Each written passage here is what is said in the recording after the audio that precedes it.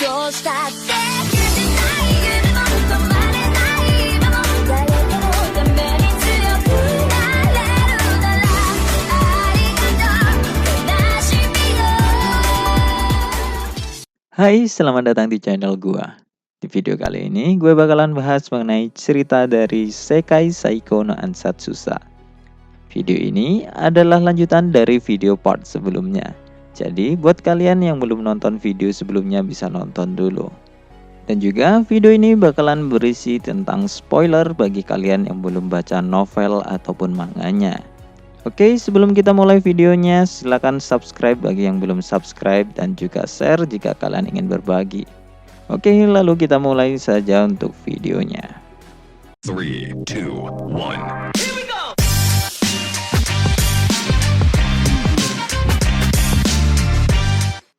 Cerita dimulai dengan Rogu, Claudia, Tar, dan Naois yang dipanggil kepala sekolah. Selama berjalan menuju kantor kepala sekolah, Naois masih terus meminta Rogu untuk menjadi pengikutnya. Namun, Rogu mencoba menolaknya dengan halus. Naois lalu melihat ke wajah Rogu dan lalu mengatakan bahwa Rogu tidak perlu untuk memikirkan keluarganya. Karena jika Rogu sudah bergabung dengannya, maka Naois akan melindungi keluarga Rogu juga. Yang nampaknya di sini Naois memang benar-benar mengetahui siapa sebenarnya keluarga tua Tade. Dan lalu setelah mereka berempat memasuki kantor kepala sekolah kemudian menyambut mereka dengan santai. Kepala sekolah memiliki rambut yang sudah memutih. Hal ini memang sesuai dengan umurnya. Namun tubuh kepala sekolah masih tidak menunjukkan tanda-tanda penuaan ataupun melemah. Yang mana meskipun dia sudah pensiun menjadi komandan kesatria kerajaan, namun kekuatannya masih lebih hebat daripada komandan kesatria yang sekarang. Setelah menyapa, Rogu kemudian bertanya, apakah kepala sekolah mengumpulkan mereka semua karena berkaitan dengan pahlawan? Yang mana ternyata pertanyaan Rogu itu benar. Kepala sekolah lalu mengatakan bahwa pahlawan Epona saat ini memang sangat kuat, namun dia masihlah mentah. Dan kepala sekolah mengumpulkan mereka berempat karena dia ingin Rogu dan yang lainnya menjadi teman dan sahabat Epona untuk mendukungnya. Mendengar itu, nampaknya Naois cukup keberatan. Naois kemudian mengatakan bahwa mereka berempat masih tidak berpengalaman. Jadi mereka tidak layak untuk menjadi teman pahlawan. Dan juga selain mereka masih ada kesatria dan penyihir yang lebih hebat. Mendengar itu, kepala sekolah lalu membantahnya karena meskipun mereka masih belum mempunyai cukup pengalaman, namun Naois dan Rogu mempunyai kekuatan yang melebihi wakil komandan kerajaan Alvanian. Kepala sekolah lalu juga mengatakan bahwa dia bisa menjamin tujuan Naois masih bisa tercapai meskipun dia menjadi teman pahlawan. Mendengar itu, Naois akhirnya kemudian tidak memiliki pilihan lain selain menerima itu. Rogu kemudian bertanya, apa tujuan kepala sekolah yang sebenarnya? Karena jika dia ingin Rogu dan yang lainnya hanya berteman dengan pahlawan, maka seharusnya pahlawan itu juga berada di sini. Namun faktanya pahlawan Epona tidak berada di ruangan ini. Rogu kemudian menduga bahwa tujuan kepala sekolah adalah menjadikan mereka sebagai rantai yang mengontrol Epona Rhiannon. Mendengar itu, kepala sekolah kemudian tertawa dan berkata bahwa keluarga tua Tade memang hebat. Yang mana kemudian membuat Rogu menyadari bahwa nampaknya kepala sekolah juga mengetahui rahasia keluarganya juga. Mengingat tujuannya adalah menjaga pahlawan untuk terkendali, kemungkinan besar keluarga kerajaan sudah membagikan informasi keluarganya ke kepala sekolah juga. Claudia yang dari tadi diam kemudian bertanya ke Rogu tentang apa maksud pembicaraan ini. Rogu kemudian menjelaskan bahwa pahlawan adalah makhluk terkuat di dunia ini. Dan jika tidak ada sesuatu yang mengekangnya, maka akan ada kemungkinan besar jika dia akan berubah menjadi sesuatu yang lebih mengerikan daripada Raja Iblis. Obat-obatan atau cuci otak tidak berefek kepada pahlawan. Jadi, sederhananya, kepala sekolah ingin mereka berempat untuk menjadi temannya, untuk menarik emosi Epona untuk tetap terkendali. Mendengar ini, Tart yang agak gemetar kemudian bertanya tentang apa yang akan terjadi jika percakapan mereka saat ini bocor. Kepala sekolah lalu mengatakan bahwa itu akan menjadi pengkhianatan terhadap kerajaan dan akan mendapatkan hukuman mati. Rogu dan Naois sangat paham dengan tanggung jawab besar yang akan diberikan kepada mereka. Namun, mereka tidak ada pilihan lain. Jadi, mereka berempat kemudian menerimanya. Dan setelah itu, mereka berempat pun meninggalkan ruangan. Setelah keluar dari ruangan, mereka berempat ternyata disambut oleh seorang guru di sana, yang mana kemudian guru itu menyuruh mereka untuk segera pergi ke ruang makan. Karena di sana saat ini sudah ada pesta penyambutan untuk murid baru. Dan lalu selama di perjalanan menuju ruang makan, Rogu kemudian mulai memikirkan kembali tentang perkataan Dewi yang mengatakan bahwa pahlawan akan menjadi gila dan membawa kehancuran dunia setelah mengalahkan Raja Iblis. Rogu terus berpikir tentang apa yang mungkin bisa menyebabkan pahlawan menjadi gila. Setelah beberapa saat, Rogu masih tidak bisa menebaknya, dan lalu dia pun memutuskan untuk mencoba menjadi sahabat palsu Epona terlebih dahulu. Yang mana jika itu berhasil dan membuat Epona tidak kehilangan akal sehatnya, mungkin akan ada masa depan di mana Rogu tidak harus membunuhnya. Dan lalu Rogu dan yang lainnya akhirnya sudah bergabung ke dalam pesta perjamuan. Pesta itu cukup meriah, bahkan sebelum Rogu dan yang lainnya datang. Dan di dalam pesta itu terdapat pemandangan yang menonjol, yaitu Epona yang dikelilingi banyak siswa. Meskipun begitu, ekspresi Epona menunjukkan bahwa dia seperti kesepian. Sebelumnya, Rogu tidak mempunyai alasan untuk mendekatinya sebelum ujian diadakan. Namun, karena sekarang mereka adalah teman sekelas, Rogu sekarang bisa mulai mendekatinya. Rogu kemudian memutuskan untuk mendatangi Epona, yang mana kemudian membuat orang-orang yang mengurumuni Epona sebelumnya pergi. Setelah saling berhadapan, Rogu dan Epona kemudian saling memperkenalkan diri, dan Rogu menjabat tangan Epona untuk mengajaknya sebagai teman yang akan saling mendukung di masa depan. Epona kemudian mengatakan bahwa dia tidak punya apa-apa untuk mendukung Rogu. Namun, Rogu kemudian mengatakan bahwa Epona memiliki bakat fisik yang bisa membantu Rogu. Mendengar itu, Epona kemudian nampak sedikit cerah pada wajahnya. Dan lalu, Epona akan meminta bantuan Rogu untuk mengajarinya belajar. Mereka berdua kemudian terus mengobrol. Rogu tahu bahwa sepanjang hidup Epona telah menerima perlakuan yang kejam.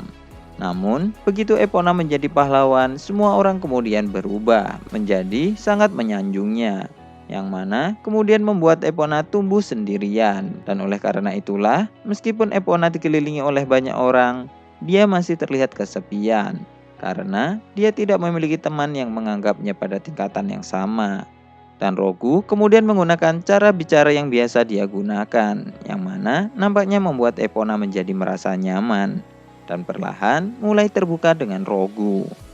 Namun, beberapa saat kemudian, mereka berdua akhirnya berpisah karena Rogu harus maju ke depan untuk memberikan pidato sambutan sebagai ketua kelas. Saat Rogu pergi, Epona kemudian memuji Rogu karena dia bisa begitu hebat meskipun berasal dari keluarga baron yang sama dengannya. Dan juga Epona dengan lirih lalu mengatakan sesuatu seperti jika itu Rogu mungkin dia tidak akan terluka. Sesampainya di panggung, Naois memberikan pidatonya terlebih dahulu, dan hal itu kemudian disambut dengan meriah.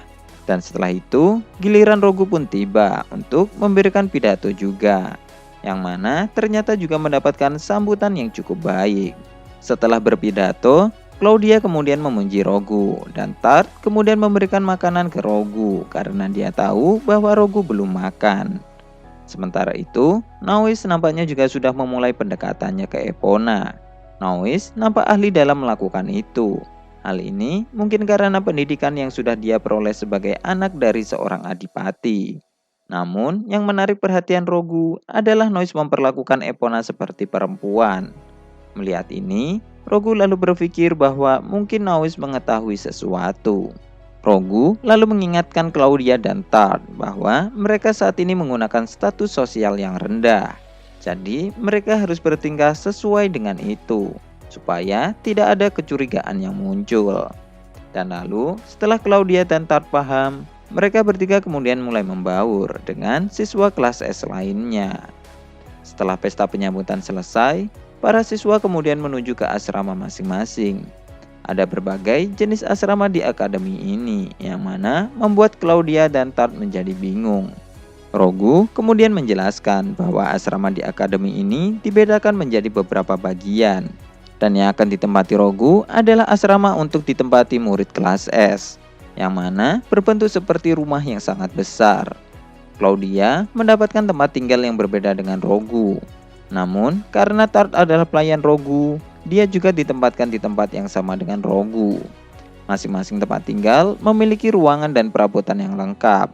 Rogu kemudian meminta maaf ke Tart karena seharusnya dia berhak memiliki tempat tinggal lain.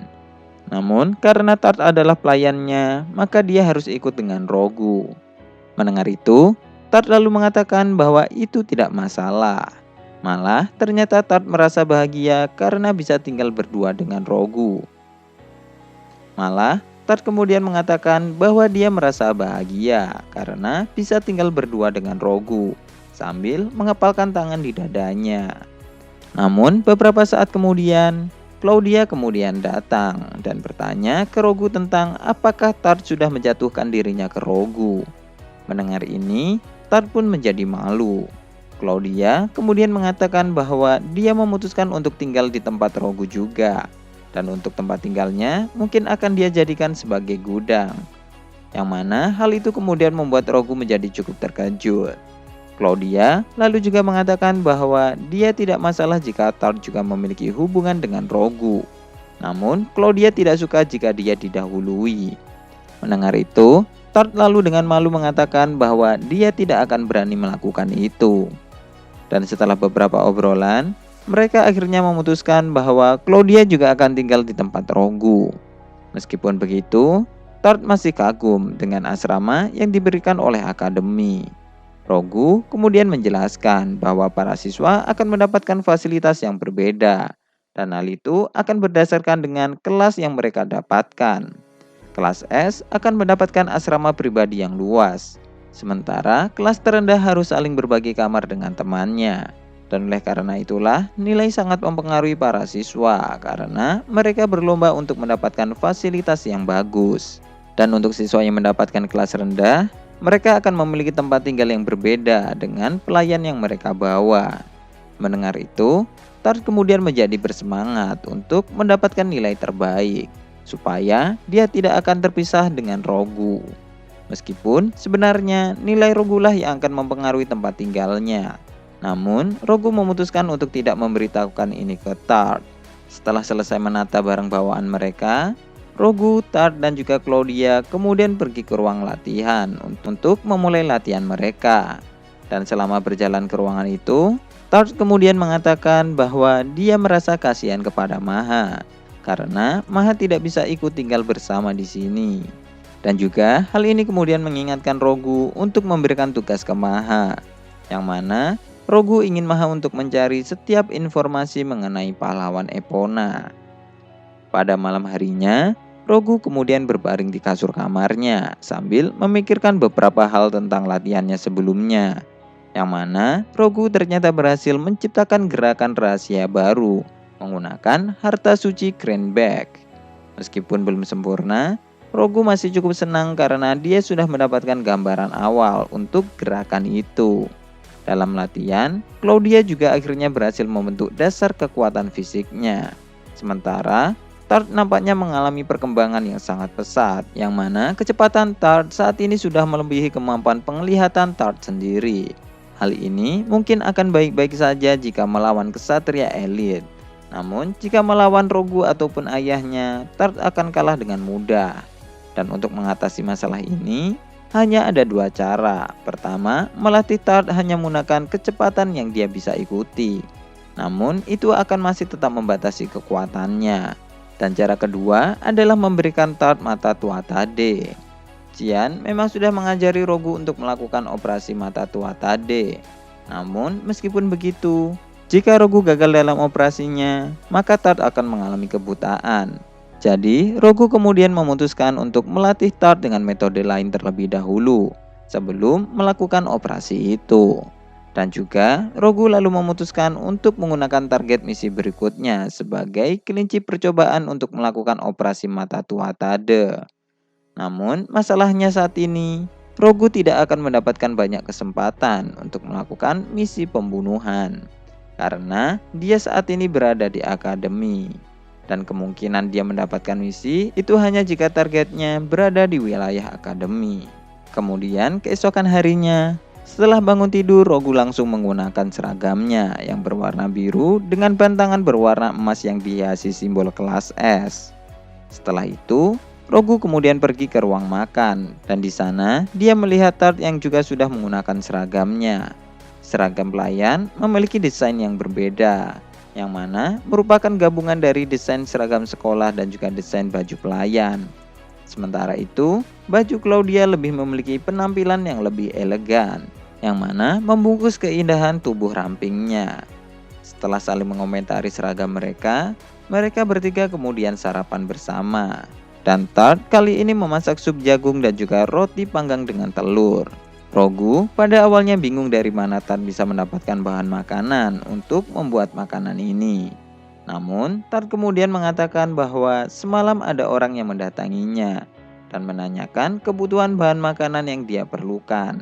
Dan lalu setelah Tart memberitahukannya, pada pagi harinya orang itu kemudian mengantar bahan itu ke sini. Setelah selesai sarapan, mereka bertiga kemudian berangkat bersama. Dan di tengah perjalanan, mereka ternyata bertemu dengan Naois. Dan lalu mereka kemudian saling menyapa. Naois kemudian menceritakan bahwa dia mengalami sebuah insiden yang cukup menjengkelkan pagi ini. Naois lalu mengatakan bahwa pagi ini dia memutuskan untuk sarapan di ruang makan. Namun dia telah salah mengambil kursi milik kakak, yang mana kemudian setelah itu beberapa hal pun telah terjadi. Meskipun asrama siswa kelas S cukup luas, namun para kakak kelas juga masih berada di sana, yang mana hal itu sesuai dengan apa yang dikatakan oleh Naois. Naois lalu juga mengatakan bahwa meskipun sistem senioritas itu menyebalkan, namun masih ada beberapa senior yang mungkin dia bisa gunakan untuk mendapatkan beberapa informasi yang berguna. Naois sebenarnya memiliki pelayan, yang mana bisa mengambilkan sarapan dan membawa itu ke ruangan Naois.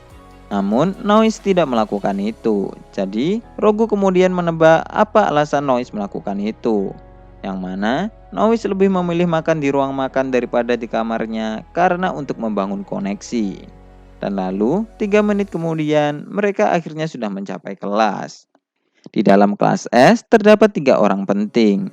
Yang pertama adalah Naois Gepis, putra pertama dari Duke Gepis.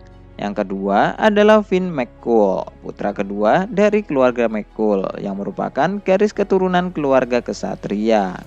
Dan yang ketiga adalah tentu saja Epona Rhiannon yang merupakan seorang pahlawan. Siswa lain juga memiliki kemampuan yang hebat. Namun, Rogu tidak ingin menjadi lawan dari Naois ataupun Finn, yang mana memiliki kemampuan dan status sosial yang tinggi. Setelah memasuki kelas, Rogu kemudian menyapa semuanya yang ada di kelas. Dan ternyata di kelas ini tidak ada yang merendahkan Rogu hanya karena dia berasal dari keluarga Baron. Tak lama setelah itu, guru yang mengajar mereka yang bernama Milsdun pun datang. Dan kemudian dia membuka kelas dengan mengatakan bahwa di akademi ini para siswa kelas S memiliki kemampuan yang membedakan mereka dari siswa lain. Namun hal itu bisa berubah 6 bulan lagi, yang mana itu adalah waktu untuk ujian berikutnya diadakan. Dan bakat siswa bisa saja menjadi naik ataupun turun setelah itu.